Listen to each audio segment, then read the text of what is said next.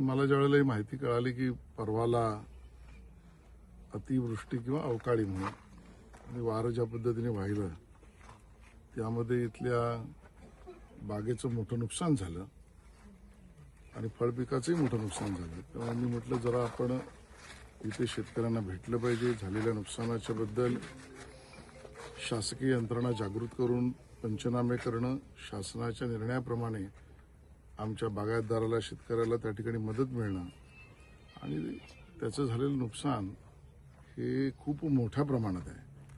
त्यामुळे सरकार दरबारी या सगळ्यातली माहिती सुद्धा देणं आणि शासन निर्णयामध्ये अजून काय मदत करता येऊ शकेल या सगळ्यासाठी मी स्वतः या बागेत आलो. आमचे 60 शेतकरी त्यांना भेटलोय आणि त्याचा बेदाणा जिथे सुकवला जातो त्या ठिकाणी सुद्धा मी भेट दिली आहे आणि कृषी मंत्र्यांना आणि मुख्यमंत्र्यांना याबद्दल मी अवगत करेन.